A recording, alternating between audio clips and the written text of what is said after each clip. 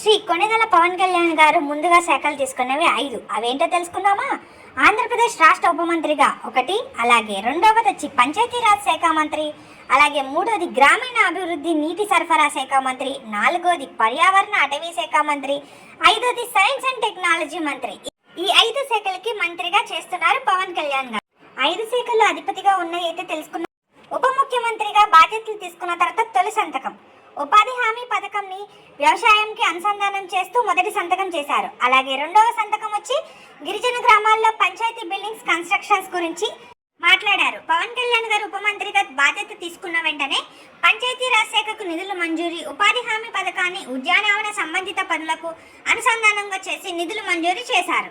ఉప మంత్రిగా ప్రమాణ స్వీకారం చేసిన తర్వాత పవన్ కళ్యాణ్ గారు 5 ఏళ్ల ముందు మాట ఇచ్చి ఉపాధి హామీ వ్యవసాయానికి అనుసంధానం చేస్తూ మొదటి సిగ్నేచర్ చేయడంతో తన మాట గట్టిగా నిలబెట్టుకున్నారు పవన్ కళ్యాణ్ గారు. అయితే ఎనీవే, ఇలాంటి మరిన్ని అప్డేట్స్ కోసం అయితే నా ఛానల్ని సబ్స్క్రైబ్ చేసుకోండి. అలాగే వీడియో చూసి లైక్ చేయడం అసలు మానకండి. లైక్ చేయండి, అలాగే షేర్ చేయడం అసలు మర్చిపోకండి.